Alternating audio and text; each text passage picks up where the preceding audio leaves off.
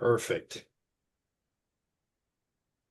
Well, good morning, everybody. Welcome to the Utah new Title I Directors Meeting. Let's do some brief introductions. My name is Max Lang. I work here at USBE. I started working here back when dinosaurs were roaming the land. I started in migrant education, homeless education, Title I monitoring. Then I worked in school improvement, and for the last 4 years, I've worked in Title I here.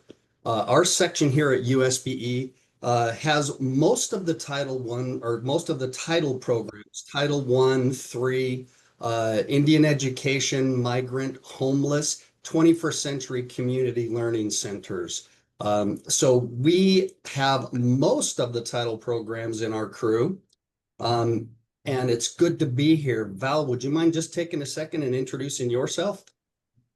Good morning, everyone. My name is Val Murdoch, and I've probably been in touch with many of you over the years as I focus on Title I monitoring and support. So it's good to see all of you. If I don't recognize some of your names, and so that has me concerned that we don't have you on our contacts list and you're not set up for some things you need. So um, when I get to talking about the DMI and you don't have a DMI account, then make sure to get in touch with me so I can get you set up. Thanks, Val. And maybe we could, if just a bit of house cleaning, we won't go around and have everybody introduce themselves. But if you look at your name, your face, up at the top, if you put the toggle, the arrow on your face, a little blue square will come up that says mute, and then there are three dots next to it. If you click on that three dots, it'll have a drop down box, and at the bottom it'll say rename. If you wouldn't mind just putting your LEA or school name next to you, then we can put a face with your location.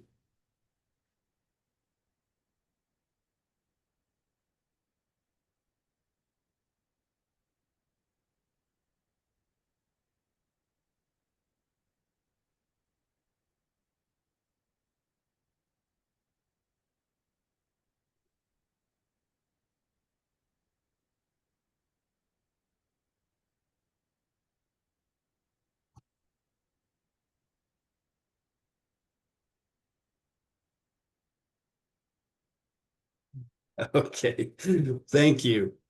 Um, So welcome to the new Title I Directors Meeting. We invite everybody who works with Title I to participate in this meeting, but the structure of the meeting is principally for those who are starting out this busy school year, preparing for what would be required or what would be expected for Title I Part A. So as we structure the meeting, we generally use this as there's a lot of terminology and a lot of words, and we're introducing those things to you as bookmarks for you. You may know what some of those things are. You may know what all of those things are. You may not. If you do not, it can serve as, okay, be aware of this. This is something I need to pursue further. This is a term that I'm unaware of, or this is a process that I'm unfamiliar with. Bookmark that, and then as we move forward, we can follow up with you and help you through that. This also serves as an opportunity. You have some folks who have been here for a while. You have names with faces, and we're all family here, and I insist that we help each other out. So you can also see a name there, somebody you may recognize that you can reach out to for assistance as we go through this process. And then when I share my screen, I'm unable to see what's in the chat. So Val, if you'll just keep me aware if there are questions in there. This is an informal group, so as questions come up, please put it in the chat or come off mute and stop us, and we can discuss those things or clarify. Or we have time at the end of this meeting where Val and I will stick around. And if you have lingering questions or you have questions specific to your LEA, please hang out afterwards and we can discuss them a little bit even more informally, provide a little more in-depth information.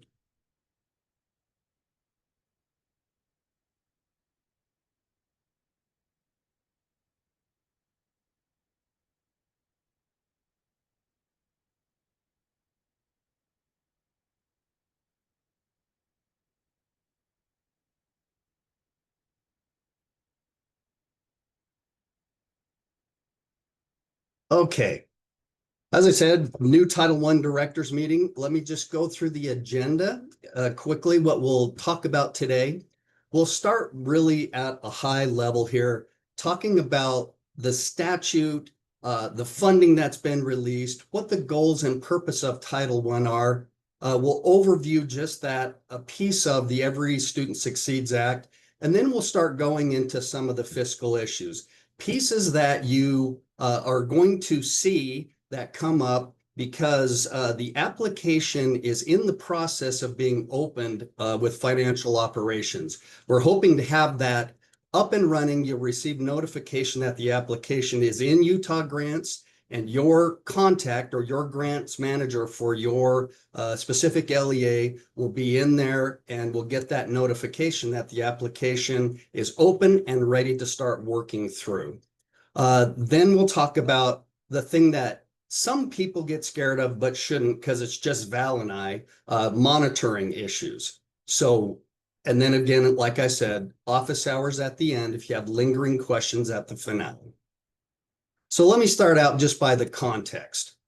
The Every Student Succeeds Act is a statute. It's in public law. Title I, Part A, the title of which, Improving the Academic Achievement of the Disadvantaged. And the purpose in Section 101 or 1001 is to provide all children significant opportunity to receive a fair, equitable, and high-quality education and close educational achievement gaps. I highlighted the word disadvantaged because that is the title, and the purpose doesn't also list who those students are that this particular piece of law is talking about. We've identified as the indicator the disadvantaged students that this law is intending to provide resources for are those who are experiencing economic disadvantage. Congress released, and if you've been following along what happened in DC, it's been a pretty wild and woolly spring.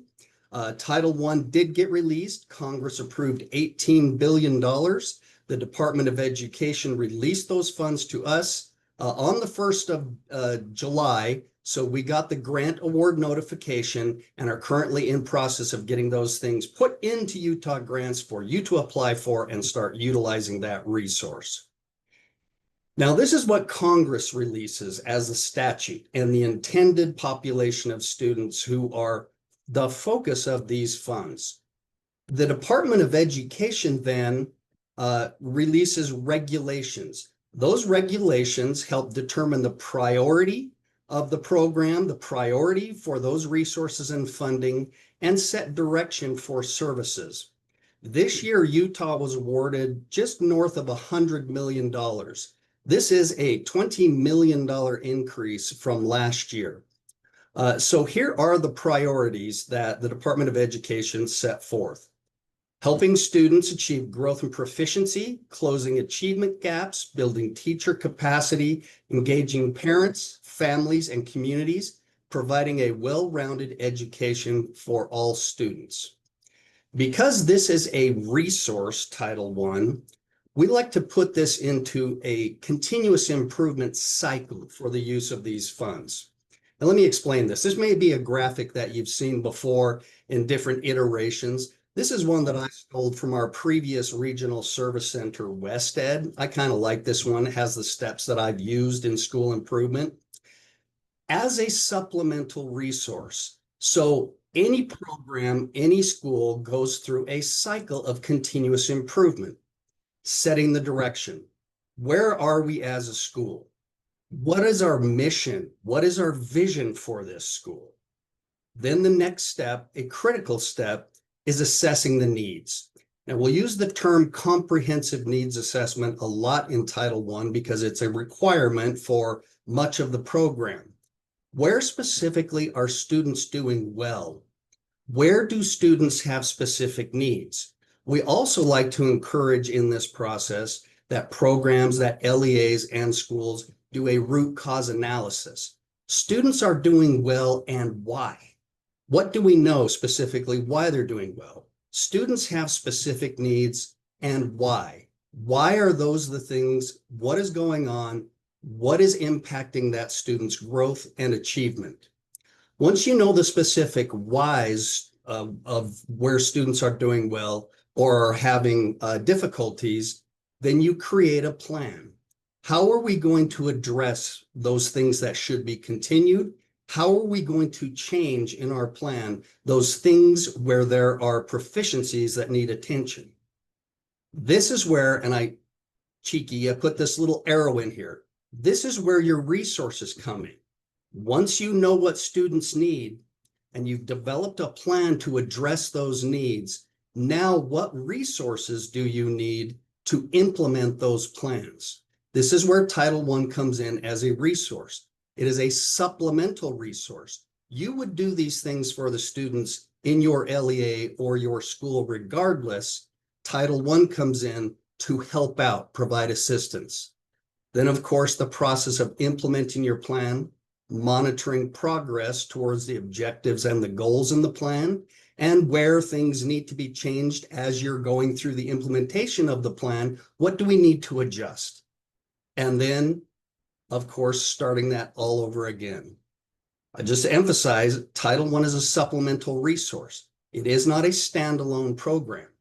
We say this often at USBE. Fund your plan, don't plan for funds. So here, I want to talk about one thing that comes up, and I bring this up because Title I funding fluctuates from year to year. You can't always rely that the funding is going to be same for your LEA from one year to the next. 5 years ago, Utah experienced a $13 million decrease. Many LEAs, their funding was decreased substantially. If you are planning for those funds and you have increases or decreases, it makes it difficult to carry out the plans that you have. That's why we use this in continuous improvement cycle, and we encourage you to have that plan in place and then look for resources to implement that plan. So how does this happen? Why are there fluctuations in the funding? To begin with, USBE, we do not calculate the Title I allocations. We don't determine how much money an LEA gets through Title I services. The Department of Education does this. They do this through 4 statutory formulas. Each of the 4 formulas have a threshold of eligibility to qualify. Those are, and we've talked about them in many other Title I meetings. You'll hear them as we move forward throughout the year, talking about how those funds are determined. They're the basic targeted concentration and the Education Financial Incentive Grant, or more commonly known as the EFIG.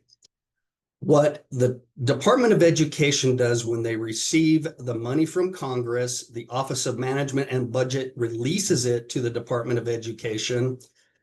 Ed works with the Census Bureau, and they do their poverty estimates or economic disadvantage estimates based on Census Bureau survey responses.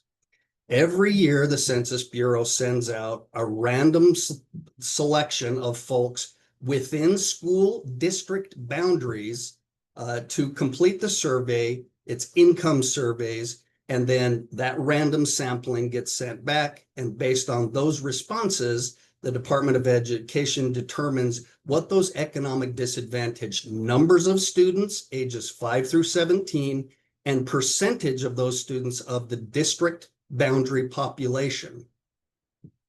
For charter schools, it's a little bit different because charter schools are not bound by district boundaries. So we have to use a proxy system of data to determine economic disadvantage counts. Mostly in Utah, we use free and reduced application responses, some home income survey responses. Those are your October 1 counts that you submit through UTREX. That's the number that gets used to determine Title I allocations through those same 4 statutory formulas. And I mentioned this before, financial operations is in the final stages of getting those applications and allocations uploaded into Utah grants. You will receive notification here within the next number of days that the application is ready. I put a link at the bottom of this page There's a congressional research agency that produces documents that explain certain things. This link to this one takes you to a document that goes way, way into the weeds of how the 4 formulas are calculated for Title I allocations. And if you're looking for some late night reading, I suggest it. It really explains it. And if you really nail down that EFIG grant and how it's calculated, I would love to have a conversation with you, because that's the one I'm still trying to figure out exactly how it gets calculated. So let's talk about LEAs. So your local education agency, how do you receive funds? For a district LEA eligible to receive funds, there are these guidelines. Your district LEA must have 10 economically disadvantaged students counted in the LEA, and those students must at least be 2% of your total school population. That would make you eligible to receive funding under the basic grant. As that number increases, that percentage, it also can make you eligible for the targeted grant, 5%, the concentration grant, 6,500 students, or 15%. And then the EFIG grant, if you qualify for targeted, you also qualify for that EFIG grant. So the basic funding for district LEAs, 10 students, at least 2%. Charter LEAs, it's the same determination, but for charter LEAs, because we use a different indicator as proxy data for economic disadvantage, there's a derived count. For example, free lunch is 135% of that poverty threshold determined by the Census Bureau. Reduced lunch is 185%. So the eligibility for a student to be calculated as economically disadvantaged is more lenient. The statute requires that we try to make it proportional to the Census Bureau count, so it's a derived count. 10 students, 2% of your total population. That's how an LEA becomes eligible to receive funds. For schools, a district LEA school is eligible for Title I funds. So once the district gets that funding, they can allocate funds to the school. If the percent of economically disadvantaged in that school is at least 35%, or it's higher than the LEA's average economically disadvantaged percent. For charters, if you're a single site charter, it's that same percentage. You'll receive the basic grant at least if you have 10 derived student count and it's 2% of your student population. I put this at the bottom because oftentimes you may get questions from the community. Sometimes we get questions from the media. What makes a Title I school? How do we know if it's a Title I school? A Title I school means it receives Title I funds. It's using that resource, therefore it is a Title I school.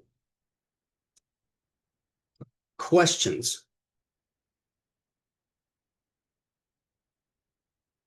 And then Val, please feel free to jump in anywhere additional information you want to add or clarification. So some requirements. The biggest one you're going to see when the allocation is available and the application is ready in Utah grants is that the LEA must have a plan. The LEA plan sets in motion objectives that in turn serve as goals for how that funding is going to be used in your LEA. It is required that the LEA has a plan statutorily.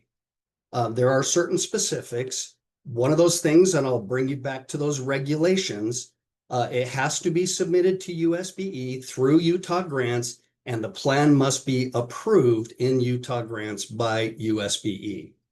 What we're looking for too, and one of the indicators there is that that plan substantially shows that you're helping students achieve academic growth and proficiency, close achievement gaps, build teacher capacity, engage parents, family, and community, and provide a well-rounded education for all students. Again, and there are certain criteria that are required for a response in that plan. Continued The plan must be developed after timely and meaningful consultation, and the statute lists a number of stakeholders: teachers, principals, administrators, specialized instructional support, charter leaders, other school leaders, paraprofessionals, parents of children that attend the school, and other appropriate school personnel, or parents who have students that attend that LEA. I just want to emphasize timely and meaningful. We know that times get really busy, and oftentimes because you know the needs and you know how that funding should be spent, that it's easy for you to develop the plan, complete the plan, and then to check the boxes, then show it to everybody and say, okay, here's the plan. What do you think? Timely and meaningful means as you are looking at the data to determine where things are going well and where needs are, that those stakeholders participate in that as well. Meaningful meaning they are involved in the process of the development of that plan. Coordination, as I said, Title I is a resource. It's not a standalone program. It's a resource much like other title programs and other funding resources. It's in coordination with those, and the development of your plan should consider those other resources as well.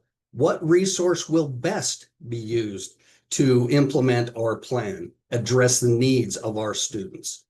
And then the last requirement in the plan is the duration.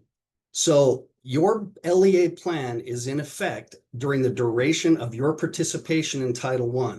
As long as you are completing the application and receiving funds, requesting for reimbursement on those funds, your Title I plan is in effect. Now, one of the requirements statutorily, it says that periodically review. We know through the application at least once a year as you apply for the funds, you should be reviewing, updating.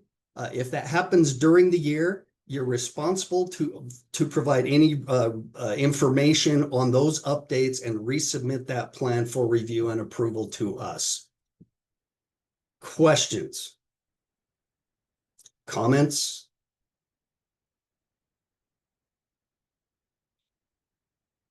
Okay, let me show you in Utah Grants what that looks like. So in the application, there are these tabs at the top. Overview, budget, it will have the categories, budget. Then there's one in here that is attachments, and it lists 5 attachments there. The plan is under this tab here that I've circled below. It's the bottom one. You click on that tab, it'll open up a blank version of that plan, and it will allow you to start working through answering the questions in that plan. The plan is broken into essentially 3 pieces, and I'll just show you what it looks like. It gives you an overview and again explains the purpose, the requirements, consultation, coordination, and the duration. And in each one of those is the citation in law that shows where it's required, and you can access that through these links on the resources if you're looking for additional information of what specifically is required there. Plus a whole bunch of other links we've included in the plan to give you a little more insight should you need to work in coordination with those programs in the use of your Title I funds. Now, the plan itself is broken into really 2 pieces. The first is a description. There are 13 questions. This screenshot shows you just the first 3. There is a question on the left side, and then on the right side, you'll see the actual statutory citation where this question is required. You can access that and look at more information in detail, specifically about the compliance indicators of the plan. And the second piece, so there are 13 of those questions, are the assurances. There are A through Q assurances that will ask you a question, yes or no, not applicable. If no, when will you be in compliance with this particular assurance? And again, on the right side, you have the S citation out of 112 about the requirements of the plan.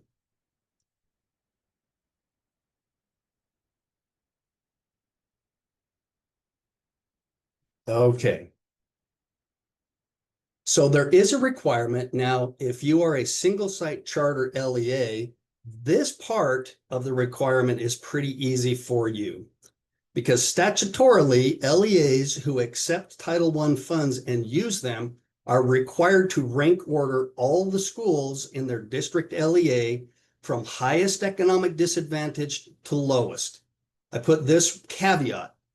If you have a school that is 75% or greater economic disadvantage, they must be served. You must provide Title I resources to them. You can grade span. There are particular things. And if you have questions and are choosing to do that because you only want to serve elementary schools or you only want to serve secondary schools, there is an option. And if you have questions as you get to that point, please contact us and we can help you through that. And then, of course, depending on your funds, any school that's 35% or above, or at least higher than your district economic disadvantage percentage, you serve down to those schools if you choose to until the money runs out. I put in the Department of Education's non-regulatory guidance. There is a link there. And when we share this PowerPoint with you, that link is active and it will take you immediately to those non-regulatory guidances. This next slide I put in because it's a equal versus equitable, and we always recommend the equitable.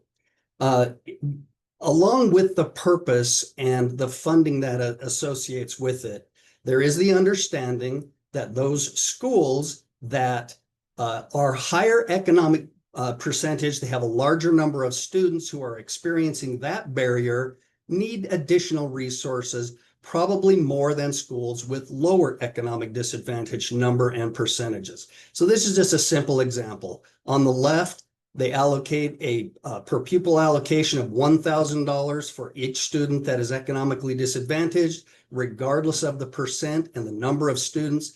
And then on the right, they differentiate a bit in this example. Those schools with a higher percentage, they allocate a bit more money to in the per pupil allocation and then lower down. So that bottom line, I think, is kind of an indicator 1 through 7, just how they compare, just as an example.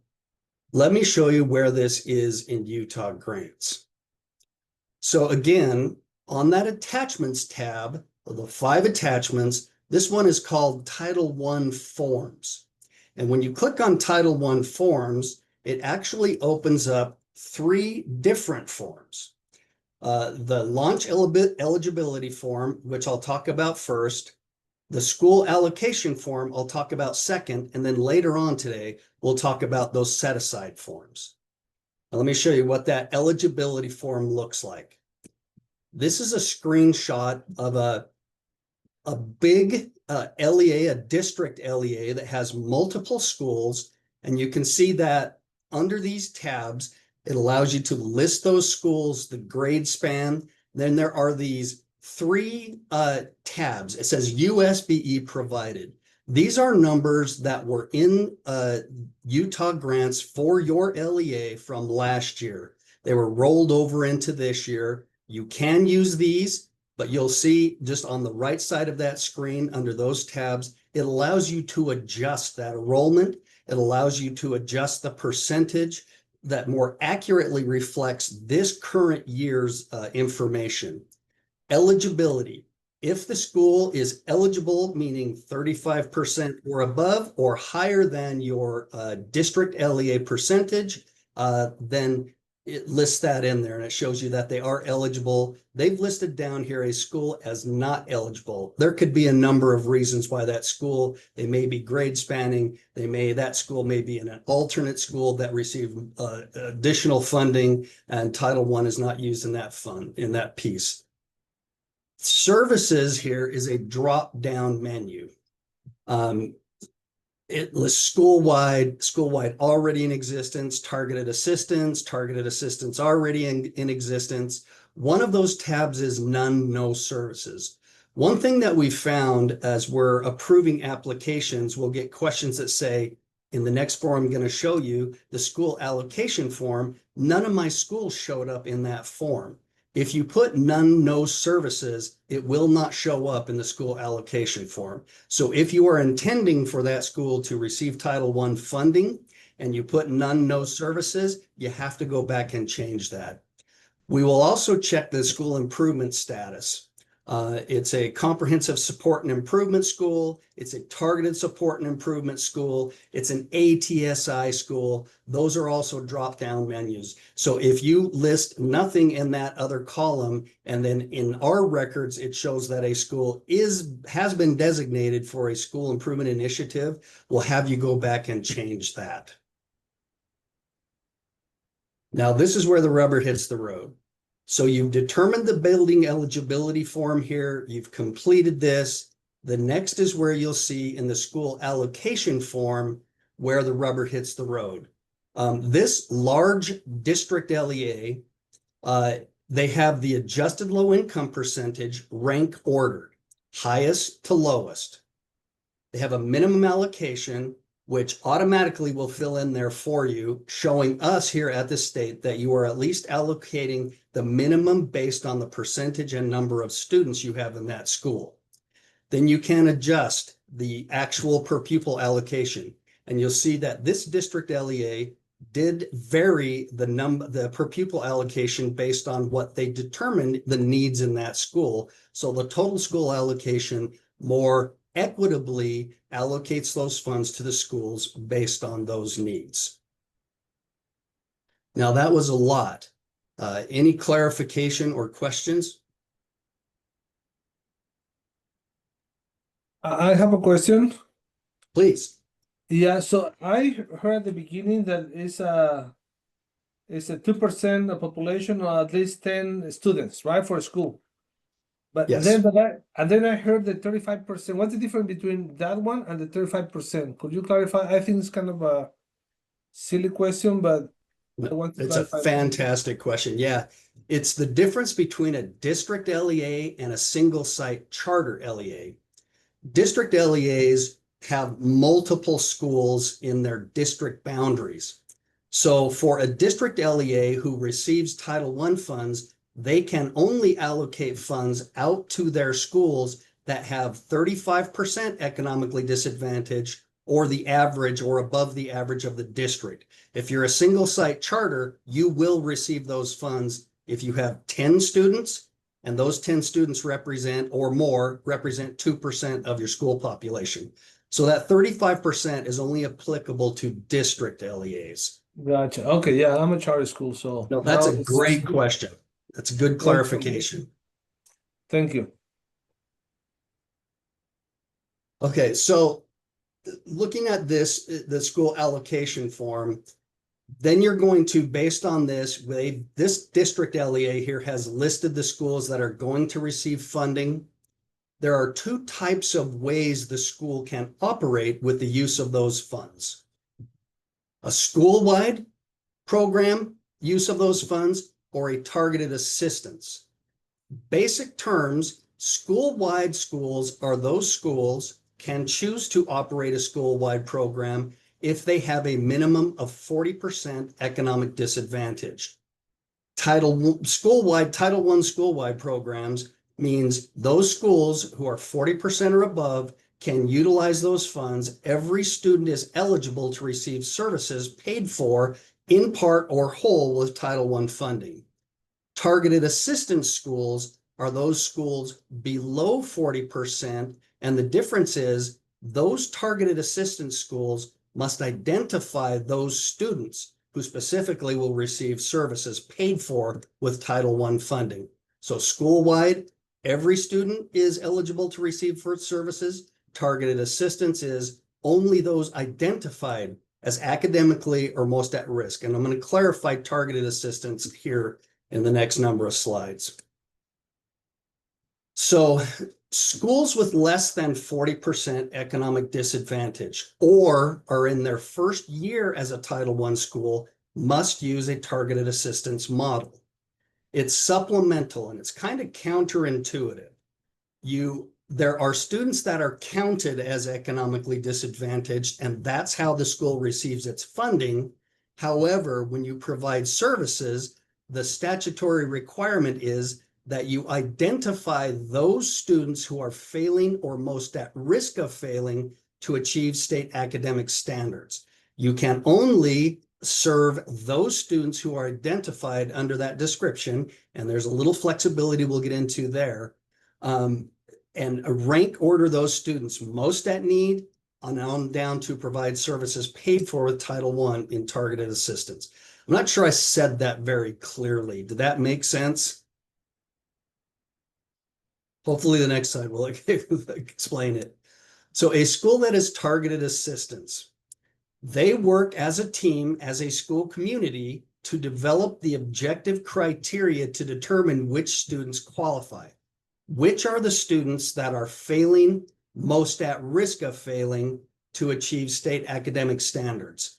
Which students are going to receive supplemental services paid for with Title I dollars?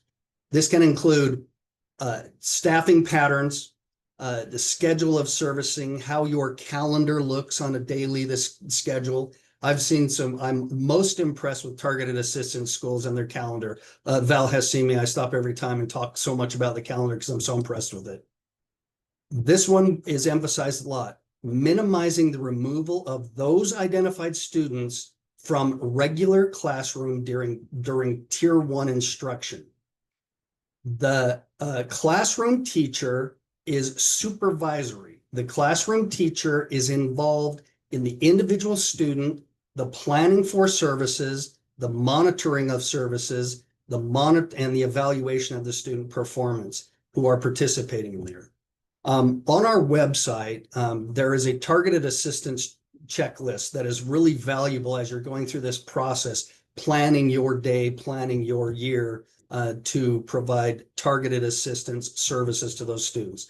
The handbook is also, there is a link there. We're in the process of updating it. So if you're using that handbook and you click on certain links and they take you to the Department of Education's website and it says not available, that's because the Department of Education updated their website and we are now updating the links in our handbook. And this is just, again, to restate eligible students. Here are some indicators that are commonly used to determine which students are failing or most at risk of failing. Of course, that can involve summative evaluation, the RISE assessment data. It can involve your formative evaluations like a cadence data, grades, behavior, attendance. Those students who attend Head Start, migratory students, if they are have been identified as participating in an institution for neglected and delinquent, if under the McKinney-Vento definition for homeless, they're experiencing homelessness, a student in foster care, a student with specific disabilities that may impact their ability to, on the state standards, to demonstrate growth and achievement. I'm not mentioning the requirements here for staffing. There are certain requirements. I'll get to that here in the next as I talk about school-wide. Are there questions in the chat? No questions in the chat. Any other questions about targeted assistance programming? We'll move on to the next. School-wide schools. So school-wide schools are those, again, 40% economic disadvantaged and above can operate a school-wide program, meaning every student in the school is considered eligible to receive services paid for with Title I dollars. There is a specific requirement for those schools operating school-wide programming, and that is that they conduct a comprehensive needs assessment. And I'll just emphasize, comprehensive is a needs assessment can entail just looking at RISE scores. A comprehensive needs assessment looks at all data or indicators that may impact growth and achievement academically for students. It could be, experience of teachers. It can be attendance. It can be all of those things that may impact that. That's a comprehensive needs assessment.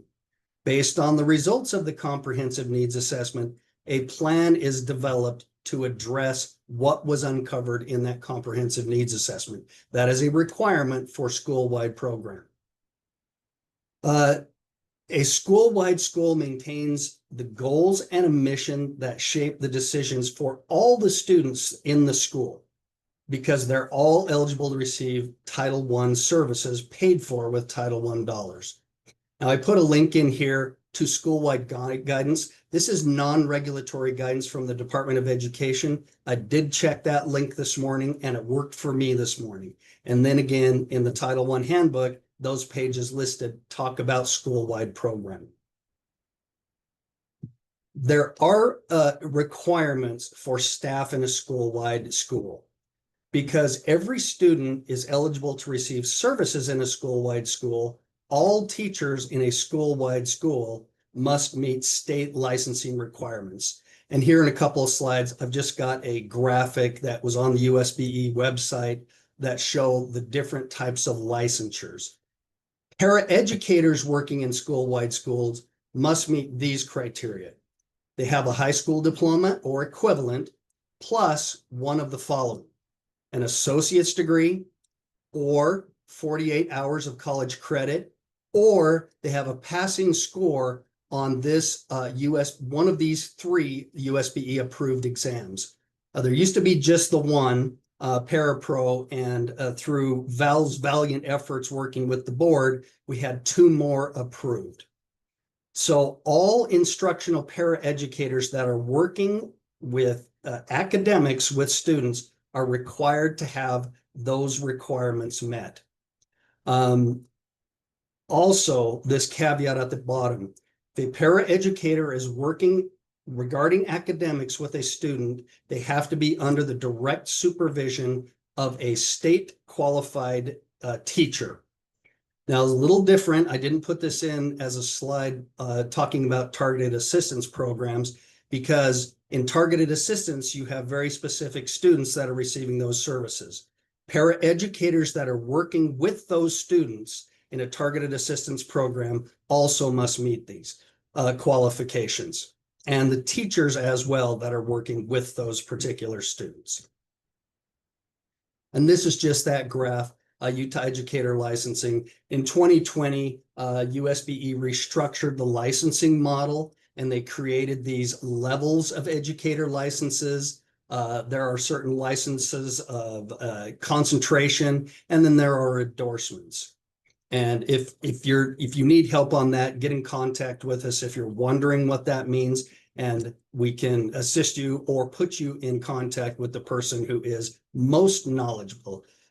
You can tell that this slide is a bit outdated because our new superintendent, Dr. Molly Hart, is not listed here. Any questions in the chat, or any questions about targeted assistance programming or school-wide programming? No, I put a few notes and links to things that you've mentioned. So there's a link to the USBE handbook. There's a link to that targeted assistance checklist. And then just to make sure everybody knows, the slides will be available. They'll be posted to the directors section of Title I website, and I'll provide that link in my portion of the presentation. Thank you, Val. Okay. Some of the biggest questions that we get, and we'll talk about this because as you're planning and as you're looking about how to structure your budget categories and the expenses of your funds, oftentimes we get questions about, can I use Title I funds to pay for this? Also, throughout the year, as your LEA is submitting reimbursements requests through Utah grants, it may be sent back saying there are questions about this particular item that was purchased, or this service that was purchased, paid for with Title I dollars. We need additional information to determine whether that expense is allowable. There are some general principles listed through Utah, or the Uniform Grant Guidance and the Code of Federal Regulations. They're pretty general, but also very specific. This is what it says in the Code of Federal Regulations. For an expense or a cost to be allowable under federal programs, including Title I, It must be necessary, reasonable, and allocable. Necessary meaning in order for you to achieve the goals and objectives in your approved Title I plan, either LEA plan or school plan, this expense is necessary to implement those strategies and the plan. Reasonable meaning anybody, a normal person on the street, if you said we paid this much for this particular thing, would say, okay, that's a market value, that's pretty reasonable. Allocable meaning the percent of Title I dollars used to pay for this particular item or service is used to that percentage of time. So if 100% of Title I dollars are used to purchase something, then it must be used 100% of the time to achieve the objectives and goals in your plan. That's the Code of Federal Regulations. That's the general. Those are the three filters that we look at as we're approving your budget, your application, or reimbursement requests, or even if you're changing, if you're doing a budget revision, we'll look through those particular filters. Is it in the plan? Is it necessary? Is it reasonable? It looks like that would be the cost of that thing. Is it allocable? How often? How much of the time is it being used to achieve your Title I LEA plan or school plan? So the very first thing, if somebody says, is this allowed? Can I use Title I dollars for this? We'll almost always ask initially, is it in your LEA plan? Was it identified as something that needed to be addressed through your comprehensive needs assessment? Is it in your plan? Must it be there to achieve or implement the goals and objectives? Is it used to support individual student achievement? Val's going to go into supplement, not supplant. But the other thing is the use of this Title I expenditure, is it in addition? Meaning, if there were no Title I funds, would you still need to pay for this with other funds that you have available, because this is the thing that is needed for these students to grow and achieve academically? So supplement, it's in addition to what you would already do. It's not in the place of. Title I is not being used to take the place of something that would already be paid for with other funding sources. So the methodology of the use of those funds is it's Title I neutral. We would do this anyway if it were not for Title I. We're using Title I to provide more of or in addition to what's already there. Here are some examples of that we have seen that have been approvable. Just a list of these. I'll just put this caveat at the bottom that for targeted assistance programming in schools, the allowable uses are only for services for those students who have been identified as failing or most at risk of failing. I put this next slide in just because there are certain LEA set-asides that you can use for district or LEA managed initiatives. If you're a district LEA that has multiple schools and you are implementing an initiative for all of those or a subset of your Title I schools, here are some examples. This caveat at the bottom, Title I funds cannot be used to purchase Tier I instructional materials. These are Tier I instructional materials that all students should and would and must receive anyway. Title I cannot come in and buy those things. Only supplemental to those things, additional resources.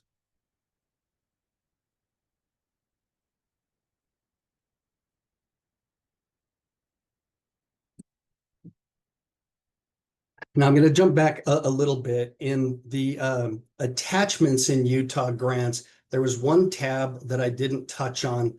I touched on school eligibility and school allocation. There is another tab that is for set-asides.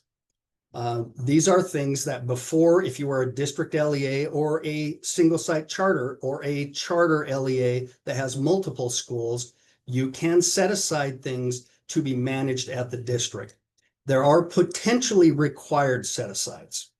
This is only applicable to district LEAs. equitable services for nonprofit private schools within your district boundaries. Those students who have been identified as economically disadvantaged in those schools do have the right to be provided services paid for with Title I, not allocated money, but provided services. And there is a cost associated with those services that is a potentially required set aside for district LEAs. If you're a single site charter, that does not apply to you. The students. So if in your needs assessment of your LEA, you have recognized that you have students that are identified as experiencing homelessness under that McKinney-Vento definition, then you can set aside funding for additional services to help those students have access to school and participate fully in school.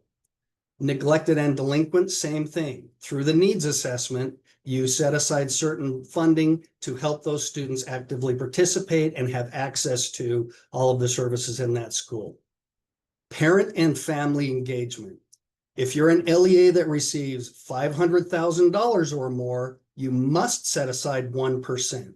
If you receive under $500,000, you would again conduct that needs assessment and determine what would need to be set aside to actively pursue those endeavors in parent and family engagement. And then there are a list of optional set-asides. All of these listed here. You identified students, you've identified a need, you need to do some indirect set aside for administrative activities, you can have those as optional set-asides. I'm going to show you an example of what that looks like. In Utah Grants, that's the tab, set-asides forms. It will bring up a screen that looks like this. This is a pretty big single site charter school that receives over $200,000 in their potentially required set-asides or the required set-asides. You see, they don't have there because they're a single site charter. They don't need to worry about equitable services for private schools. They don't receive over $500,000, so they're not required to set aside any funding there. And this particular LEA, this charter has decided that they can take care of their parent and family engagement activities using other resources, other staffing, other activities that don't need to be paid for with Title I. Here are some potentially required set aside. Through this LEA's needs assessment, they either didn't identify students experiencing homelessness or felt like they could address those needs using other resources, so they didn't set aside anything. Same with neglected and delinquent. The optional set aside, they felt they could handle everything they needed at their LEA and their school without setting aside funding for these particular things. In comparison to this LEA, who did no set asides, we have a large district LEA that receives $15 million and has a whole slew of set-asides. They're required set-asides. They looked through their district boundaries. They found private schools in their district boundaries. They did consultation with those private schools. And for those nonprofit private schools, they identified that there were students who needed services. And so they valued those costs of those services at $70,000 plus. Parent and family engagement, they receive over $500,000, so they're required to at least set aside 1%, $150,000. This particular LEA set aside almost double that because they felt like that would cover the needs they have at a district level to conduct parent and family community engagement activities. They're potentially required set aside, homeless, they identified students, they identified particular needs that those students may have, and they calculated $1.3 million to address those particular needs. Neglected and delinquent, smaller subset, they set aside $20,000. And then you can see in their optional set asides, they set aside a whole bunch of things for different things. Early learning, school improvement, they set aside for professional development, and they even listed exactly what it was going to be the cost for their paras to take the para competency exam. This is an example. Just to show you what it looks like, there is that private school. So if you are a district LEA and you have private schools in your boundary, this is what the form looks like. This big district had a whole bunch of private schools. They demonstrated that they contacted them, that the school said we're not, or they are a for-profit school, so not eligible to receive those services. You can see participating, and then of course in the budget, in the set aside, they set aside what it would cost to provide those services to those schools.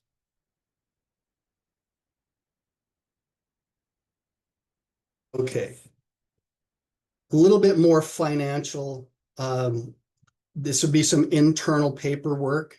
These things do show up in monitoring visits. They are asked for by our financial or fiscal monitors because they're a piece of the funding and their internal documentation that you must have.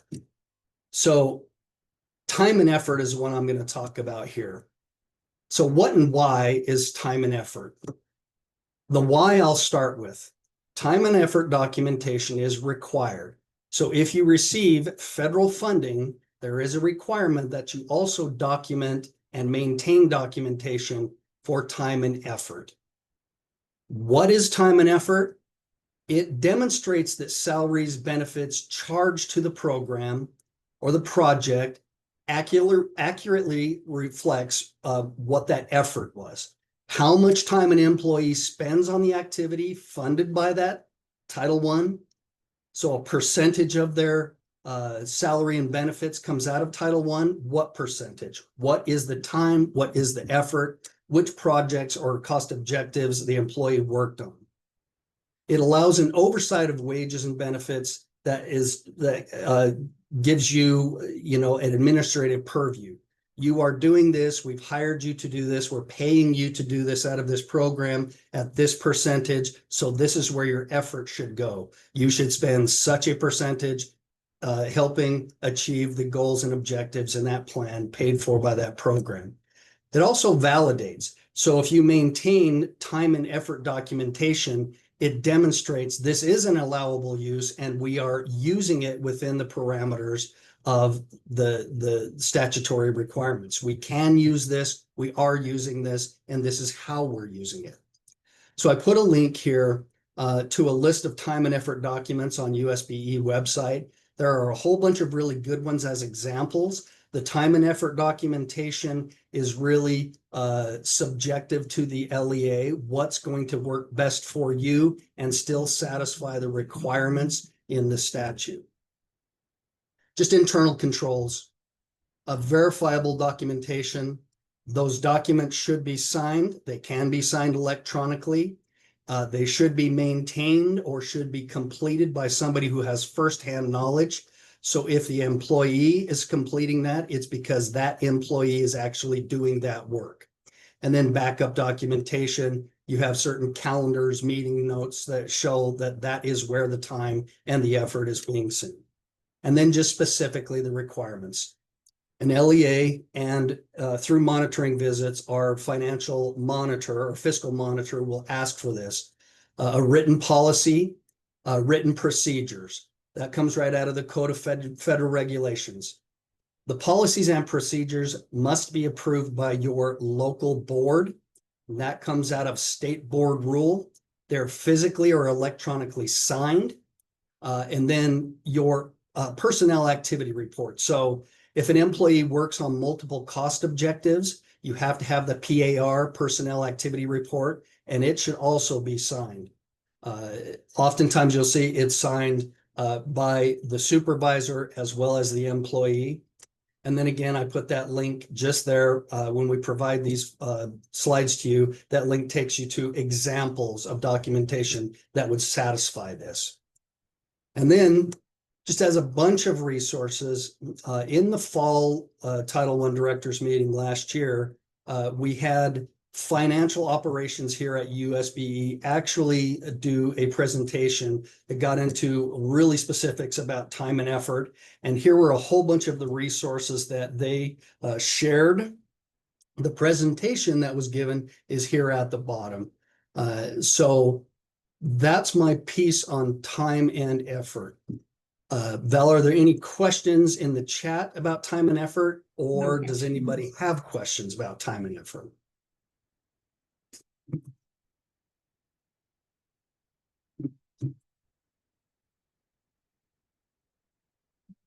Okay.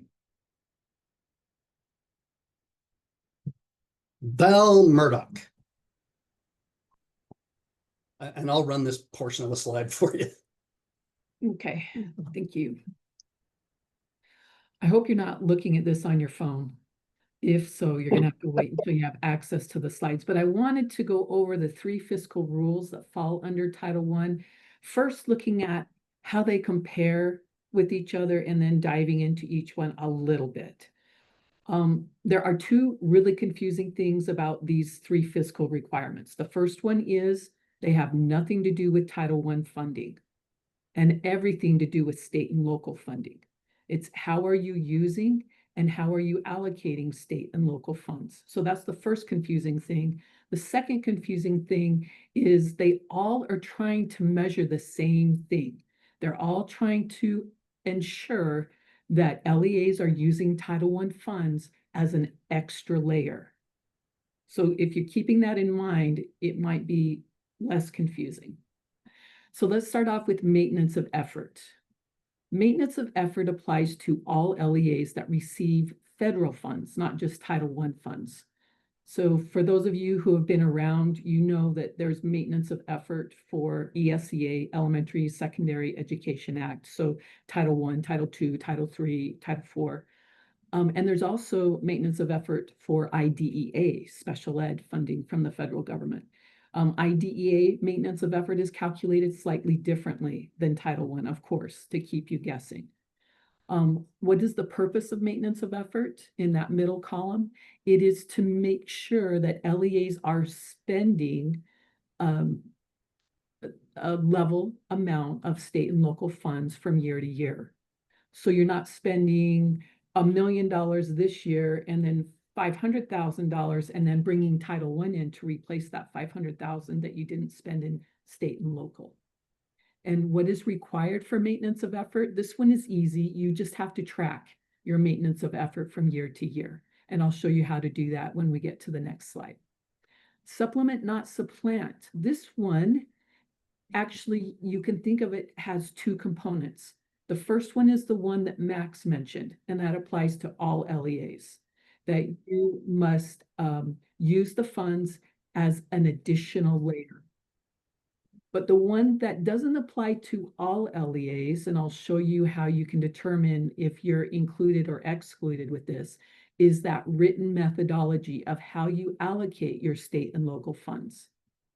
Okay, so in the red, under supplement, not supplant, in that left-hand column, it's applicable to LEAs that have a Title I school in a grade span. So say a Title I elementary school and at least one non-Title I school in that same grade span of elementary. So if you're an LEA that has non-Title I elementary and a Title I elementary, then you are required to create a written methodology for how you allocate not Title I funds, but how you allocate state and local funds. And the requirement is, in addition to the methodology, documentation showing you followed the methodology. I just want to make sure that whoever rang the doorbell got let in, because I stopped letting people in now. Comparability is the 3rd fiscal requirement, and it ensures that once schools are allocated their funding and they buy things with it, right? The state and local funding, they pay teachers with it, they pay counselors, they pay social workers, they pay paraprofessionals out of state and local funding, and then they buy curriculum materials, instructional supplies, and technology, that they're comparable. So the Title I schools are comparable to the non-Title I schools in what the services look like. It's not exactly the same because every school is different, but they're comparable. Now, if you have all Title I schools in a grade span, you still have to compare those Title I schools to each other. So if we look at the red under comparability, it's applicable to LEAs that have at least one Title I school and another school in that grade span, Title I or non-Title I, it doesn't matter. So you compare schools within a grade span to each other. And the requirement for this is the most rigorous. On comparability, you must have a written policy and written procedures for how you follow that policy. And then, of course, documentation showing that you followed your comparability policy and procedures.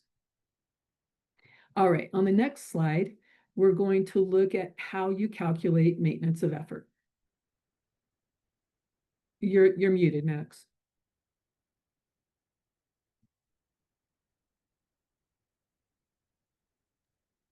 That there's always a delay because our internet at USBE is not as strong as our internet at home. There we go. All right, thank you. So again, just a reminder, LEAs are required to maintain that consistent state and local spending. So Title I isn't coming in to replace it. The way you calculate maintenance of effort for this fiscal year is based on the 2 prior years. So let's go back, clear back 2 years ago to 23, 24.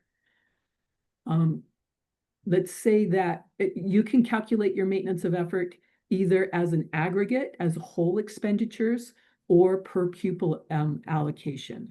And again, state and local fund is what we're looking at. And so for 22, 23, that purple amount is $7,305 per student. Well, you take 90% of that for the 24-25 school year. So last year needs to be at least 90% of what it was 2 years ago.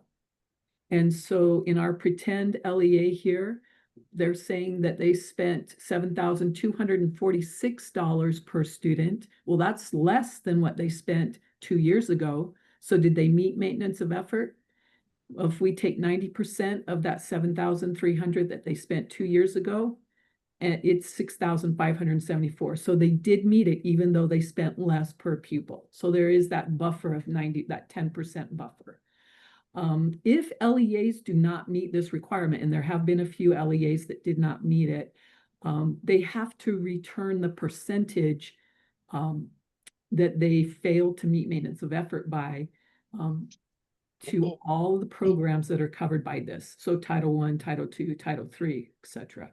Let me show you a little bit more about that on the next slide. On this one, you see the maintenance of effort for 23, 24, and this time we're looking at the aggregate in the middle column and the per pupil on the right-hand column. So let's see, this is a tiny district that only got $1 million from the state and local funds. And that worked out to be $6,100 per student. Well, 90% of that amount is $900,000, or in the per pupil amount, it's $5,490. Well, then in the 24-25 school year, they only spent $890,000. So they didn't meet that threshold of $900,000. So they missed it by 1.11%. So their Title I funding would be reduced by that 1.11%. However, they ended up meeting maintenance of effort in the per pupil allocation by $5 per student, just the way it shook out. And so because they met it there, they actually meet it for this fiscal year of 25-26. And so no reduction would be made. And again, I'm going to keep referring to this thing called the DMI. I have a brochure for you to look over. It gives you a ton more information on maintenance of effort. And I actually have a document that compares IDEA maintenance of effort with ESEA maintenance of effort, so you can see the difference. All right, let's go on to supplement, not supplant. On this one, as a reminder, supplement, not supplant, that second part, all LEAs must supplement their state and local funds with federal funds, not replace them. But for some of you, you're going to have to make sure you have a written methodology. And I have a document in the DMI, this magic place called the DMI, where you're going to determine if you have to have a written methodology, and if you do, what grade spans need to be included. So in this sample LEA, there are 6 elementary schools that are Title I and 2 that are non-Title I. And this actually is an Excel formula that's embedded in a Word document in the DMI. So all you need to do is click on it twice to be able to access that formula. In the middle and junior high school, there is a Title I and a non-Title I school. So that grade span also needs to be included in the written methodology. There's only one high school, no elementaries, no Title I high schools, one non-Title I school. That grade span does not need to be included. And then there's an extra line in case you kind of have a random grade span that doesn't really fit in this nice, neat elementary, middle, and high school grade span. Say you're a rural LEA that has a couple of K2 campuses so that those really young students don't have to travel as far on the bus, or you want to, create smaller campuses for your younger students. Let's say they have 2 Title I schools, but no non-Title I schools. That grade span does not need to be included in the written methodology either. There's a note down here that the total number of these schools need to agree with what was put in the Title I application in Utah grants. It's called the building eligibility form that Max went over. Okay, I know this is a ton of information, and there will be guides to help you, and it's hopefully not as complicated as I'm making it out to seem. All right, our third and final fiscal rule is comparability. And with comparability, remember, this is after they've allocated the funds. That was from the supplement, not supplant methodology. Now, what did the schools purchase with those state and local funds? What kind of services are they getting? They should be comparable. And I just have a couple of graphics to try to show you what that would look like. A comparable Title I school is going to have the same lighter blue. That's the amount of services they got from state and local funding. And then Title I funds come on top. So non-Title I schools are getting less funding. Title I schools historically have more needs. And so this extra federal funding is coming in to provide additional services. Non-comparable schools would look like the Title I funds, the services purchased with Title I funds have been combined with the state and local funds to equal the non-Title I. So that is not comparable. And then on the next slide, the written policy and procedures, the policy needs to contain 3 things. 1, an LEA-wide salary schedule, which most of you already have. And then the policy needs to have 2 components. How does the LEA ensure equivalence among their instructional staff paid with state and local funds, as well as the curriculum materials, instructional supplies, and technology purchase with state and local funds? And then I have a whole document that walks you through creating written comparability procedures if this applies to you. Remember, it's not going to apply to you if you're a single site charter. It's not going to apply to you if you only have three schools in your LEA, an elementary, a middle, and a high school, because there's nothing to compare those with. Okay, so in the comparability item in the DMI, everyone will need to fill out Form A if you're a multi-site charter or district, and that will walk you through if you need any additional documentation. All right, that's all I've got for those 3 fiscal requirements. If anybody has any questions, we can answer those now.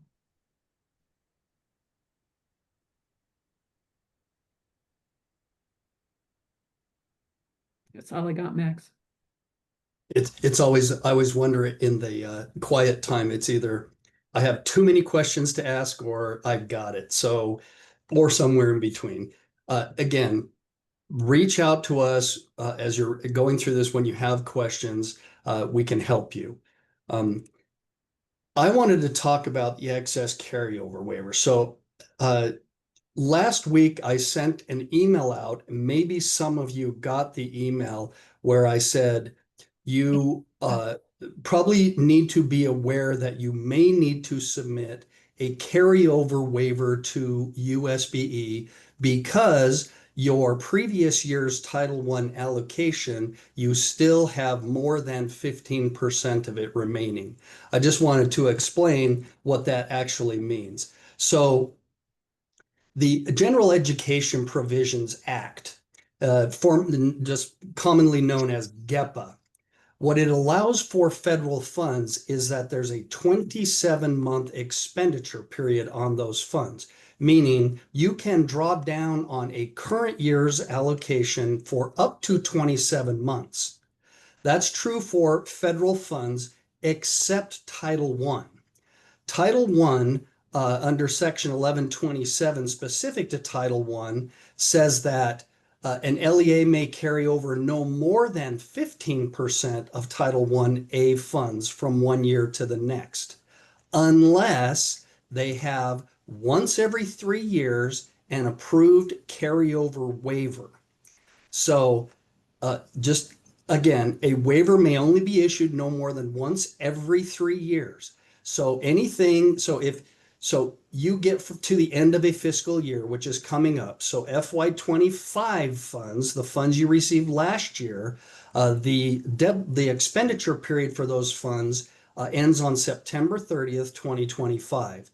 If you still have more than 15% of those funds, and have not requested a carryover waiver for more than that 15% within the last 3 years, you'll need to submit a carryover waiver form to USBE. If you have done that in the last 3 years, then you must either spend down those funds, get them encumbered by September 30th, 2025, or the remaining funds are returned to USBE and get sent back to the Treasury. If you haven't, please, and you get to that September 30th, 2025, again, on last year's funding, FY25, please submit that 15% carryover waiver. Either spend them down or check that out when you get there. And then you can just email those to me and I share those with financial operations and we'll keep those on record. I didn't explain a whole bunch of that, except there one caveat here. If your LEA receives less than $50,000, then you can carry over the full amount for the full 27 months of expenditure period. You don't need to submit a carryover waiver. Everybody else over $50,000 in your Title I allocation, then you need to check that. September 30th, 2025, all funds of 15% or above must be encumbered. If you haven't submitted a waiver within the last 3 years, you'll need to submit a waiver. If you're over 15% and you have submitted a waiver in the last 3 years, then those funds will be returned to USBE and they go back to the Treasury. Any questions about the carryover waiver? I did send that email out to just notify you to check on what reimbursement requests you have pending and to check the percentage of your funds that are left to determine whether you'll need to pursue that excess carryover waiver form or not. And I put a link in there to the carryover waiver form, and you can just, once completed, submit it to me. And there's my email address. This next slide, I just put, and again, our internet is not as fast.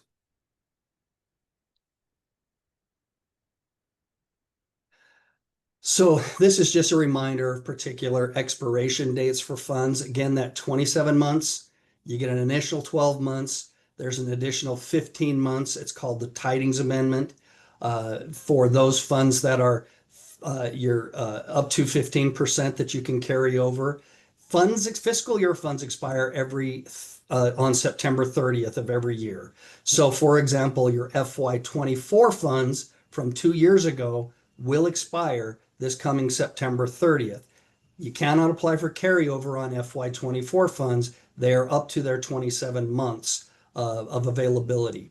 25 funds expire on September 30th, 26, and again, and so There's a reimbursement date internally at USBE. So once you have your funds encumbered on September 30th, the final deadline to submit a reimbursement request through Utah Grants is December 8th. We do really encourage you and recommend you not leave that just in case there are any revisions that need to be made. You've submitted a reimbursement request, and where we talked about allowability, there are questions, and the reimbursement request has to be sent back.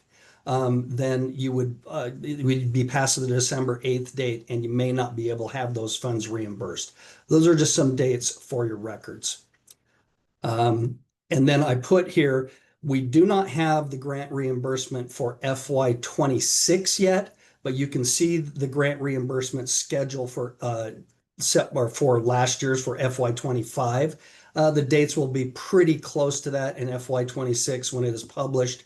And when it is, I can send you the link to where you can find that. This last slide, I just put a whole bunch of resources, links to those resources, the handbook, our website for titled funds, for federal funds, targeted assistance and school-wide. There's a link to comparisons. If you're going to plan a school-wide program, here's some resources that will lead you through explanations and certain requirements and help you through that process. And there's an application there. We didn't get into it, but if you are going to newly apply to be a school-wide program, you have to apply to us for that. Then there's that, again, I put the link for the Title I checklist. And before I stop sharing and turn the time over to my colleague Val, any questions? This is a lot of stuff we've shared with you in a short amount of time.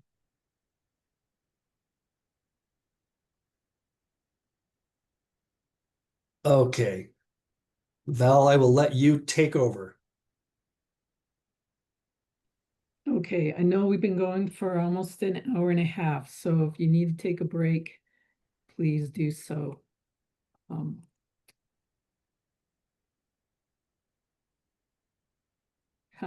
I can't find my share bar.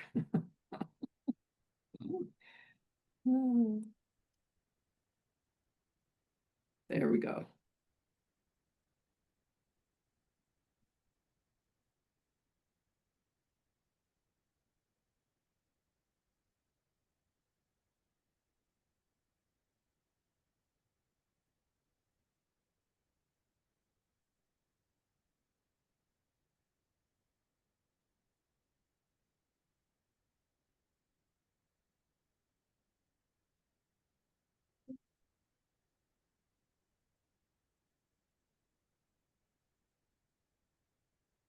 Are you seeing my slide, Max? Yes. Okay.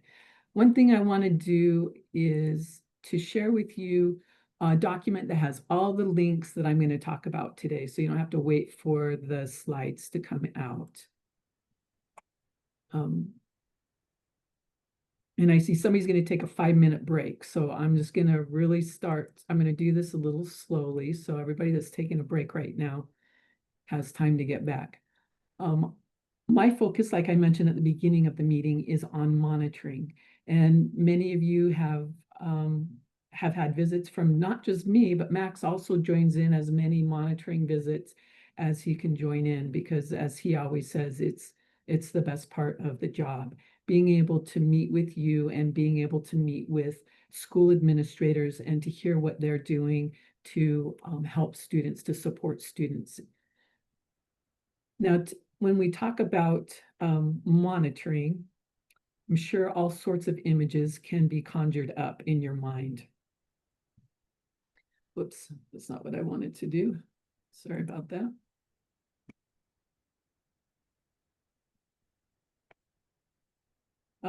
Title I monitoring might seem like you're walking on a high wire with no net, with your life is at risk, in peril.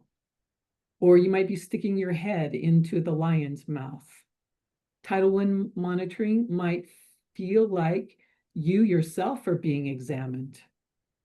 Or it might feel like the most invasive dental procedure you've had done. Well, even though it might seem like that, we're here to say it's not that bad. There are actually 3 R's of monitoring, our focus as we conduct our monitoring visit. And I would like this to be a participatory moment where you guess one or more of the R's. And if this is your second or third or fifth new Title I directors meeting that you've attended, hopefully you know the answers. Will you take a risk and guess one of the R's when it comes to monitoring? What's the purpose of monitoring when it comes to, or what's an R that fits the purpose of monitoring? And Max, I'm gonna have you, or I think I can see the chat, okay. So let's have some guesses. There are no guesses yet. So we're looking for R words that are purposes of monitoring.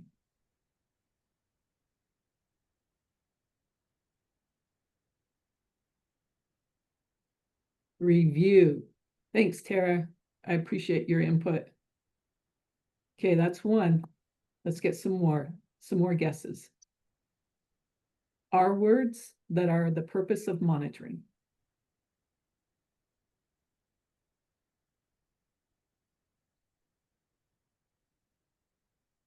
As a former middle school teacher, I have the longest wait time of anybody. No. Refocus. I like that. I might have to add a 4th R. Responsibility. Lauren, I know this is not your first rodeo. Reliable. Thank you. And I'm not sure if it's Alana or Alana. You can come off mute and correct me, but I appreciate your input. It's Alana, thank you. Alana, thank you. All right. With the 3 R's, we have responsibility. So you got that, Lauren. Max mentioned Utah received $100 million in Title I funds this year. Title I is one of the largest, if not the largest, source of federal education funding. It's huge, and we all have the responsibility to make sure it's being used correctly and for the purpose that it was intended for. The second one, nobody said relationships, because that's the last thing you're going to think of. But here in these meetings, we're meeting with, this is kind of a small group at 27, but when we meet with Title I directors in our general Title I directors meeting, we have 60, 70, up to 100 people attending the same meeting, and rarely do we get a one-on-one sit down. And so the Title I monitoring visit offers us that opportunity. If we don't know you, it gives us an opportunity to know you. And if we interacted before, then it gives us a chance to build on that relationship.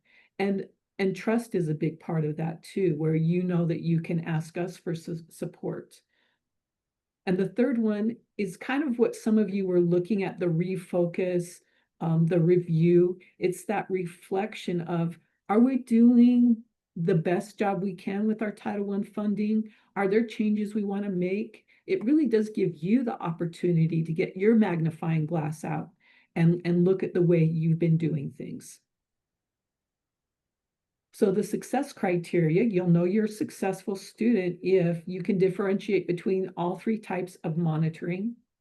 You can identify what you can begin doing now to address the requirements for Title I LEAs and schools. And at the end, you're going to determine which of all the supports that are available to you, you will access to complete this year's desktop monitoring instrument, or DMI. Now, these 3 symbols are going to appear on the rest of the slide so you can see which success criteria we're focusing on. So for Title I Part A monitoring, the majority of it is done via desktop. So the desktop monitoring instrument is something I've been mentioning. And so I'm going to spend the majority of my monitoring presentation addressing the desktop monitoring instrument. And then I'll also go into some of the on-site or virtual monitoring visits that occur on a 5-year rotation. So the annual desktop monitoring actually goes back to the Utah Grants Management System, and Max went into detail about some of the things that are required there. We consider that part of the monitoring process. Are you ranking and ordering your schools correctly according to statute? Are you providing the private school information that's required? Are you setting aside the required amounts for parent-family engagement if you're required to set that side amount? So that's one area of monitoring that you might not think of. And the second one is the desktop monitoring instrument, or DMI. So just so you know, in the links that I provided at the very beginning of my presentation, there's a link to access the Utah Grants Management System. And then there are guides relevant to Title I that can walk you through the application process if you need that. There's also a help desk just for Utah Grants that I'm sure some of you have already accessed. They can help you with login problems. They can help you if you can't find a grant. So they're great at providing support. If you have content questions, you can reach out to Max, you can reach out to me. And then the desktop monitoring instrument is the other platform that you need to complete annually. And when you click on this link, which is also part of that list that I provided, it will take you to the DMI. If you are a first-time user, I'm going to use Alana as an example, because Alana during this meeting provided me her email address, so I was able to set up an account. And so now, as a first-time user, Alana would go here, accept the invitation, plug in the code that was in the email that she received. Okay, and then if you already have an account, then and you forgot your password, you can reset it yourself right here by clicking on reset. There is also a DMI help desk, but I would suggest that thanks, Travis, I'll get you set up. If you have problems logging in, that you reach out to me personally, because this DMI help desk is a separate email that our executive secretary, Becky Peters, checks every once in a while. It doesn't come directly to us. So please just reach out to me directly. In a week or two, you'll be able to reach out to Becky as well. And then some of the support that's available to help you with this annual requirement. Every year I record a tutorial that helps you go step by step through the process of completing the DMI. That link is available to you. That recording is already completed. Our next Title I meeting for all Title I directors is going to be September 25th. And after that, I'm going to stick around. And if you have specific questions about your LEA's DMI, I can help you with that. Now, the assumption is you've watched the video. And then if you're a new Title I director, I've invited you to the new Title I directors cohort, unless we're just meeting today. And then I don't know you. And so I'm going to add you to that cohort. Our meeting on October 8th will focus on completing the DMI. And then great question for getting access to the Utah grants. I believe that LEAs now have the ability to add people. Max, can you confirm that? Yes, they can. Okay, so There are a variety of tabs on the USBE website. If you look up Utah grants, if you just do a search, it'll take you to where the Utah grants is. It's also under the tab of sections, financial operations, and there are various instruction documents that will tell you how to do that. And then if you run into problems, and you can contact the help desk as well, and they'll help you through that process. and that information is on this slide, and it's also on the links that I gave you. All right, and then, oh, just as a reminder, I forgot, the due date for Title I application is November 1st, and then the DMI is due a month later. So you have almost 3 months to get the Title I application done, and you have almost 4 months to get the DMI done. You can get a lot of the DMI completed now, but if you have a comparability requirement, that you have to wait until sometime between September 30th and October 31st to use one date during that time period. So there are some things that you would have to hold off on, but you can get a good start on the DMI now because it's open. Okay, focusing in on what the DMI is. It's actually two different instruments. It's an annual core, and those items don't change much from year to year. And then there are 4 cycle instruments that rotate through, and this year we're on cycle 2. That breaking it into 4 cycles just means that you have less that you have to address every year. Last year we were on cycle 1, next year we'll be on cycle 3. And let's focus on the annual core right now. What do you have to upload? What do you have to get ready as an LEA Title I director? Well, you're going to need to provide evidence that on your LEA website, you have your LEA report card posted. And I know this year's is going to be delayed longer than it ever has before. So what you need to do for this one, and I walk you through it in that tutorial video, is just make sure the 2023-24 report card is still posted to your LEA website. I'll give you some examples on the next slide. There's also a requirement that every year at the LEA level, you do an evaluation of your parent and family engagement policy. This is one that most LEAs seem to have a hard time remembering. It's a requirement. And so what I've done for the past, I believe 3 years, maybe 4, is have you fill out a self-assessment. It's a rubric, and it just breaks down this requirement of family engagement. And you get to self-assess how well your LEA is doing. There's no consequences for how you rate yourself, but it's more that reflection piece.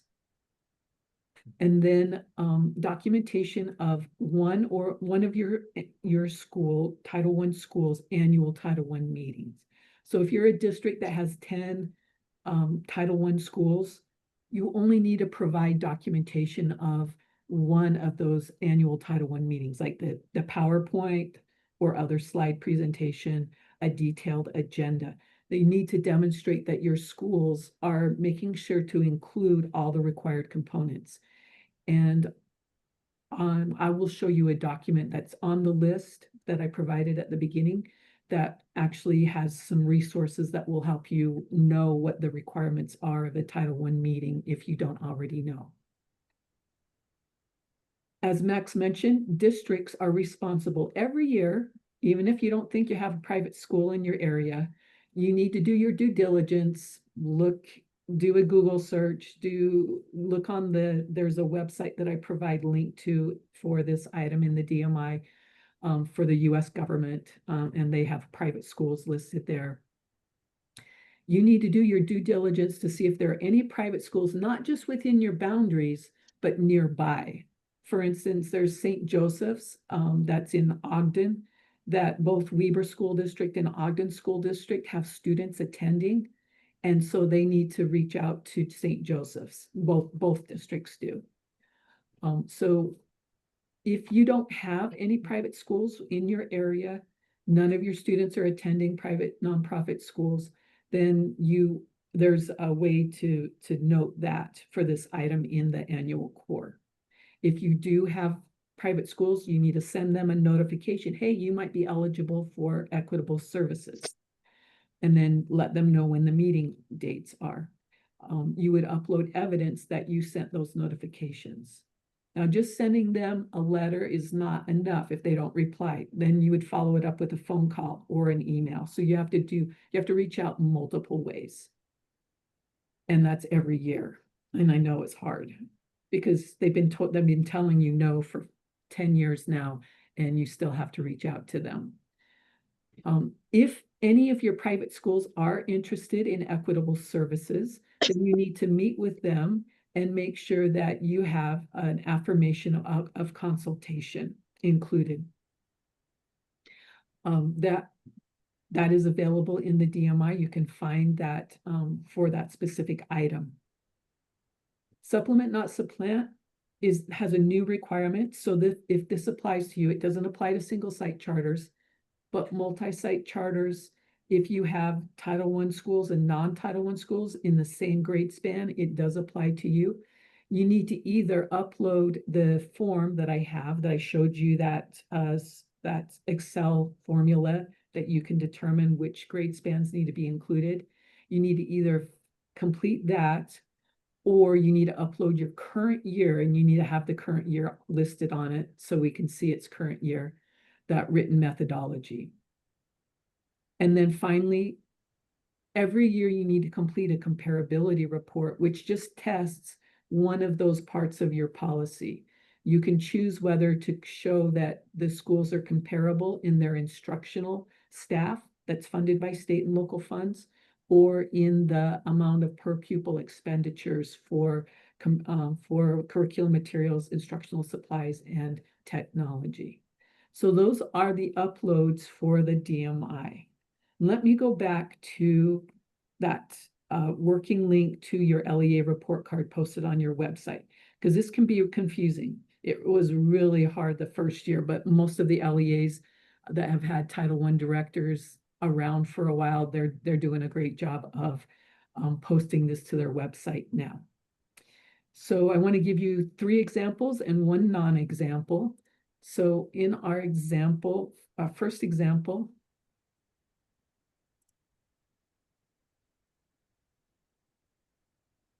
and Max, can you tell me if it's shifted to the Box Elder School District page? Yes. Okay, thanks. So last year in the DMI, the Title I director and assistant superintendent, Heidi Jo, uploaded this URL that I've highlighted. When I clicked on that URL, I was taken to this assessment ELL Title III page. And so as I scrolled down, I can't find anywhere in here where there's a report card, but Heidi Jo knew that. And so she provided instructions for finding the report card. So her instructions said, scroll down to district resources and click on accountability. And under accountability, they have all the report card links. Heidi Jo did something I'd never thought of before, which I really like. And that is linking to both the K-8 and the 9-12. Now, some of you are only single site elementary, some of you are only single site high school, so you don't have both of those report cards necessarily.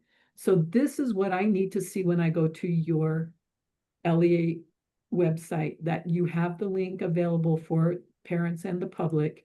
And when they click on it, it takes them to the latest report card, which we know is not the 24-25 report card, unfortunately, but it is the 23-24.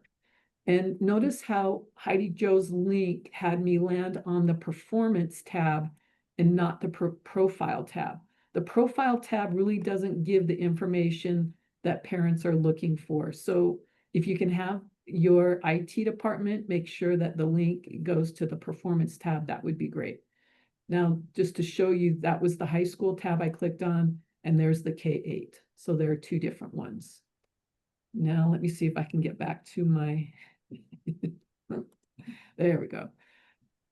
Here's the non-example. If the link I click on in the DMI takes me to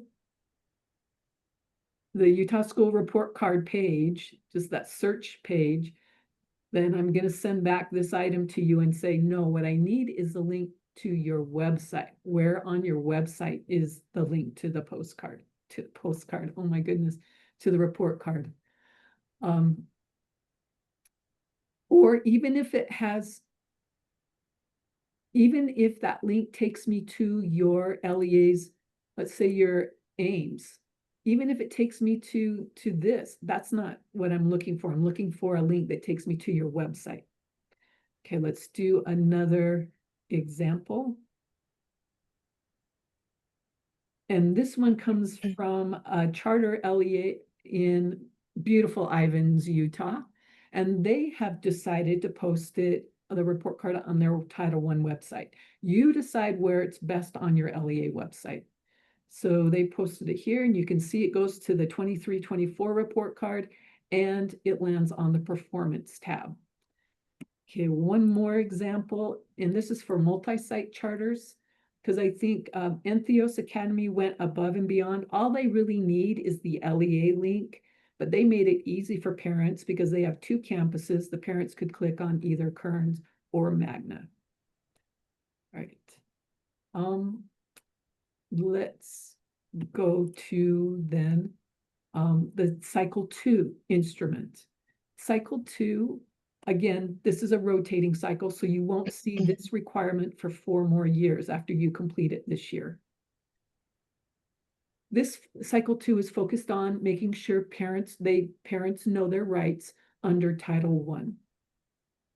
And this is a little blurry, sorry, when I cut and pasted it in here. I've streamlined this. So if you were around 4 years ago, it's a lot easier this year than it was 4 years ago. So parents' rights, I've listed all of them. There are 13, I believe, if I remember right, in the left-hand column. And then I've let you know, is it the responsibility of the LEA, of the school, or both? And then you fill out the gold section. Are parents currently notified of this right? Yes or no? Now, since it's August and this is not due until December 1st, you have a lot of time to notify parents of this so you can answer yes to all of these and get a system down so every year parents are made aware of their rights under Title I. Okay, if they're not, if for some reason you can't get into compliance with this, then you're going to indicate how you will make sure they're notified of the right and then give a timeline for notifying them. So what can you start to address now? This is the link that is listed on the list of links that I gave you at the beginning, where it gives you a ton of resources. In fact, let me just show you.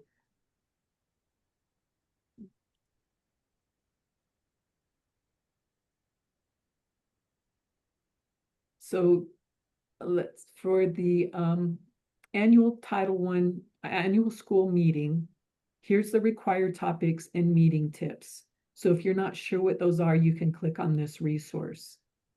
Okay, you can, there's information about the LEA report card. You need to notify parents of their rights, and there are just some of them listed here. Remember that document in cycle 2 is going to go into more detail. You need to make sure that you ensure that your paraprofessionals are highly qualified. If you're in a targeted assistance school, that's the paras that are paid out of Title I funds. If you're in a school-wide school, they need to make sure all their paras, including special ed paras, are highly qualified. And this gives you more information on the 3 assessments that Max mentioned, as well as what are the actual requirements for being highly qualified. So make sure you give this resource a look so it can be helpful, especially in your first couple of years. Besides what to address that's listed on the year at a glance, all your schools need to be conducting that annual Title I meeting. Families, parents and family members need to be made aware that there's an LEA engagement policy. You could send that out in an email, have it posted on your website, and maybe refer to it in a newsletter. There's also a school level engagement policy. If you're a charter, if you're a single site charter, this would be combined into one. If you're a district that only has 1 or 2 Title I schools, this is combined into one. And the school family compact, every school needs to have their own compact developed with their parents in their school community.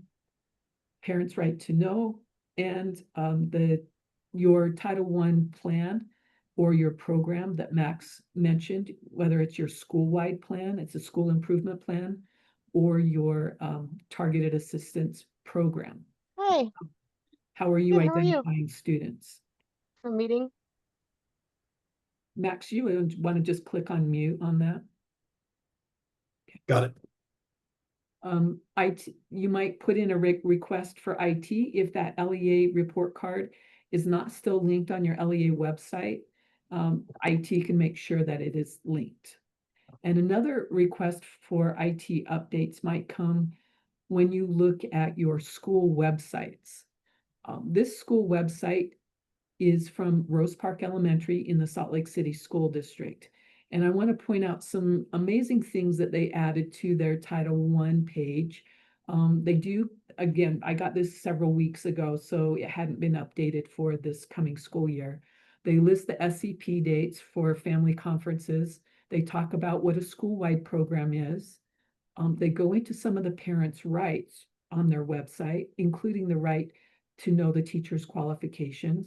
And they have a lot more information. This is just all I could fit on one slide. I also included the resources. They do an excellent job providing the resources. There's a link just to their school level report card. There is a link to their school improvement plan, which is a requirement that Title I schools make parents aware of their improvement plan, or at least their goals. You don't have to have the whole complicated school improvement plan on there, but a summary of it is good. More parents' rights to know in English and in Spanish, their school parent compact in English and Spanish, and their family engagement policy, along with a PowerPoint from last year's annual Title I meeting. A lot of great information here. Another school that did a great job is in the Cache County School District. This is Lincoln Elementary. They have some drop-down menus. So what is Title I? How are Title I funds used? Family engagement is a huge component of Title I. So I like that they included this link or this information on the Title I page. How can parents get involved? Parents' rights to know.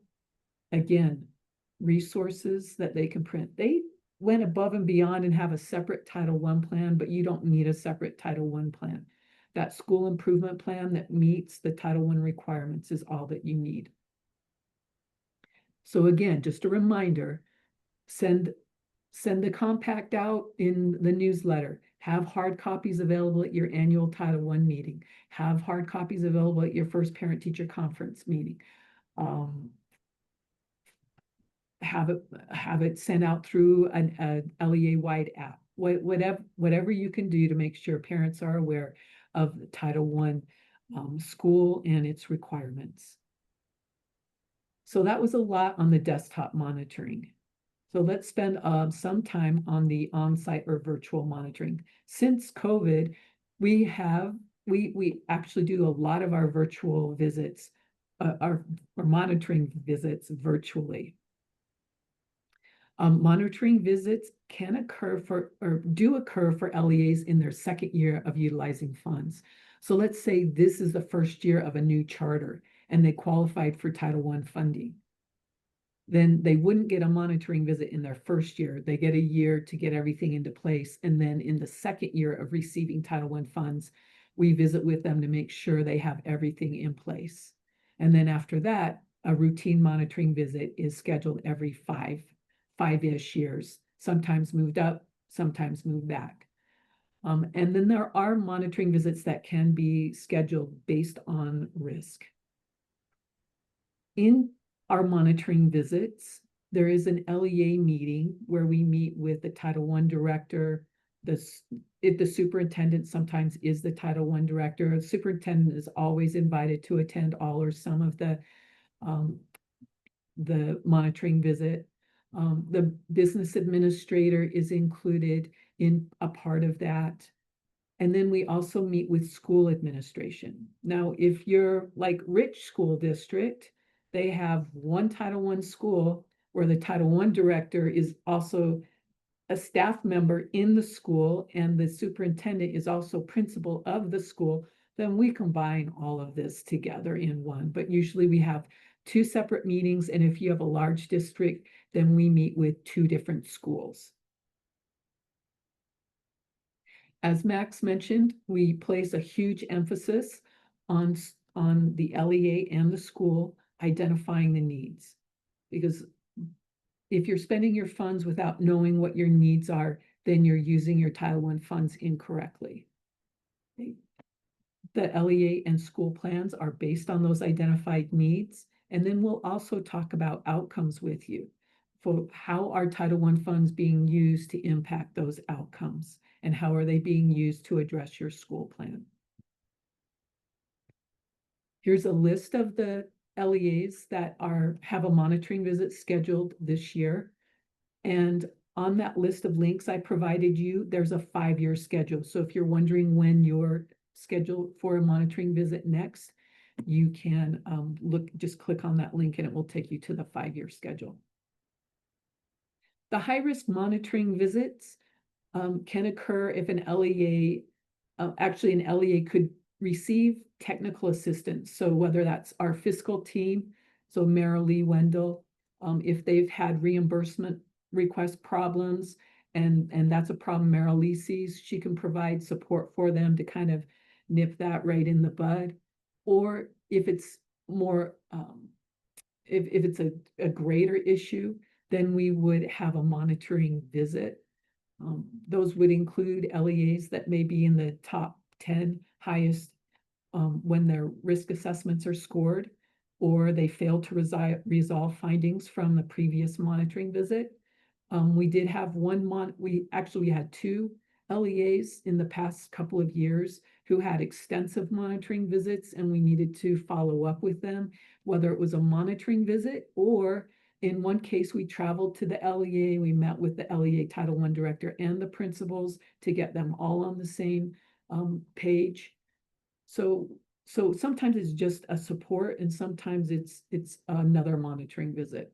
We might have received complaints through the complaint hotline that either, stakeholders were concerned about the way the program was being implemented or the way the funds were being used. And then if there's ongoing chronic problems of providing documentation. So as I mentioned, there's a programmatic part and there's a fiscal piece. And we combine that in our monitoring visits usually. If we do an on-site visit, then our fiscal team prefers to do theirs virtually 100%. And so the programmatic would take place on site while the virtual would take place, obviously through Zoom. But we try to, for the virtual visits, combine them together. So it's just one meeting at the LEA level and then a separate meeting at the school level. Here's a list of the ongoing support and technical assistance that we provide. A list of all 5 of the new Title I directors cohort meetings. Those are also listed on the Year at a Glance. The 3 Title I directors meetings that we have throughout the year, Max sends out an agenda and a Zoom link prior to each meeting. And those can be found on the Year at a Glance. The recorded tutorial link is there again, multiple links to that. And then a reminder that after our next Title I directors meeting on September 25th, I'll stick around. And if you have questions, I'll just have you go in my Zoom room and we'll work on making sure you have your DMI questions answered. And if you're a new Title I director and you haven't heard from me, if you've provided me your information today, then I will make sure to include you on that new Title I directors cohort. It's not required, and you can attend 1 or all 5 of the meetings, whatever ones catch your attention. You have 2 choices. There's an 8 a.m. to 9 a.m. session and a 3 p.m. to 4 p.m. session, whichever works best in your schedule. Okay, so checking in on your success criteria. You now should be able to differentiate between desktop, DMI, and Utah Grants Management System, the routine monitoring visits, and then the high-risk monitoring visits. You should be able to identify things that you can start working on now to make sure that the LEA and the schools are in compliance with the requirements of Title I. And on the next slide, I'm going to ask you to determine which of the supports you will access to complete this year's DMI.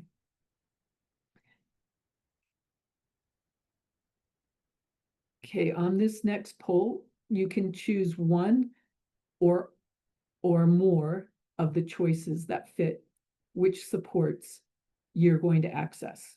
So I would really like it if everybody participated in this poll. Are you going to watch the DMI tutorial video? It says link in the chat, but I gave you the link in the chat a long time ago. I'll try to find it again and send you some more. Are you going to show up for those Zoom office hours on September 25th? Or are you going to attend the new Title I Directors Cohort meeting on October 8th? Or are you going to call me? Mid-November or earlier is best because we have Title I applications coming in, DMI submissions coming in, and monitoring visits starting all at that same time. So the earlier you can contact me, the better. And then no support needed. You can complete the DMI in your sleep or nightmares. At least one person attending this meeting should choose number 5, because I know you can complete that in your nightmares. Okay, 15 more seconds for you to complete this. We have 10 people that have participated. I appreciate your participation. Whole bunch coming in at the last minute. Okay. And the results are 86% of you are going to watch the DMI tutorial. If I can convince 100% of you to at least use the timestamps to go to certain ones that you're not familiar with, I really hope you use that DMI tutorial video. You're going to show up after the Title I meeting, just 4 of you. Okay, 8 of you are planning to come to the new Title I directors meeting, and then 4 of you are planning to call or email me. Again, the assumption is before you call and email me, you've watched the DMI tutorial video. Okay, nobody's gonna go without a support. All right, thank you so much for completing that. And I do want to let you know, monitoring is not a life-threatening event. I know it might seem like it. In fact, Max and I participated in an audit just last week. It's not fun, but it does give you a chance to reflect. Instead, it's about creating relationships so that you feel you're supported. It's about demonstrating responsibility. It's about reflection and looking to see if you can do anything even better for students and for schools. And a regular checkup helps keep you in compliance. Thank you very much for your time. And I'll turn it back over to Max. Thanks, Val. So listen, this is a very busy time of year. I know that school is going to be starting soon. There's a lot of stuff coming across your desk. Hopefully, I'm going to just assume based on how many out of office replies I got when I sent out the reminder of this meeting yesterday, that you're going to be able to squeeze in some last minute summer fun before everything starts. This meeting has been recorded. The materials, we will work with Becky Peters to get those out to you as soon as possible, plus the recording to this meeting. And then the recording and the materials will be on USBE's website for future reference. The applications in the next number of days are going to be available in Utah Grants. As you start working through those, should you run into questions, please let us know. I know today we shared a ton of information with a bunch of links and resources and terminology that may or may not be new to you. Hopefully it helped you identify those areas that you need to investigate a little further or ask further questions. And then again, please reach out to us. We're here. That's why we're here, is to help you with what you need. So we will end our meeting today officially. Val and I will hang out for office hours. So if you have additional questions, please stay on, and Val and I will be here to work with you on those. Or otherwise, please enjoy the rest of your summer before school starts. And we'll see you on September 25th at the Title I Directors Meeting. Thanks all.